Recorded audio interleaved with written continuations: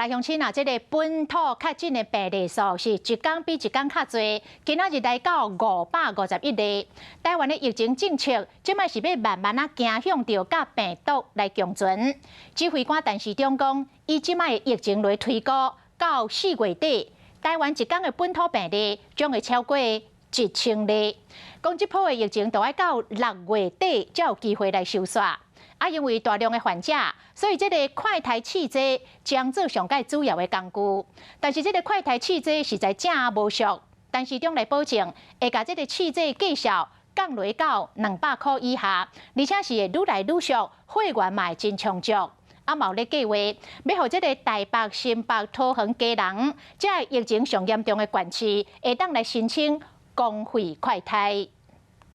超过1礼拜，病例逐天破百。不过，这波疫情恐惊也是上严重的时阵，可能上千会在4月底吗？我想以目前这样的一个趋势看起来，4月底上千是几乎是一定会的。对，无听唔对，说落来要迎接一天本土确诊正10的日子，未来快筛试剂和 PCR 检验拢用得到，安尼咱的快筛试剂敢有够用？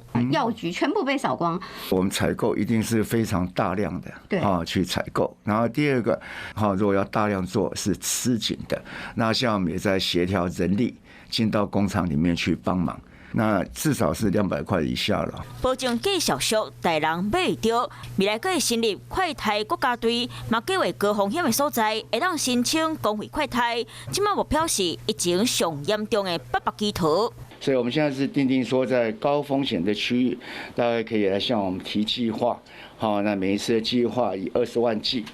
那下去做，那我们也特别也跟北基桃都分别的联系。有承认这波疫情爱等到6月才有机会收尾，防疫若是到一个坎站，安尼部长后一步会安怎行？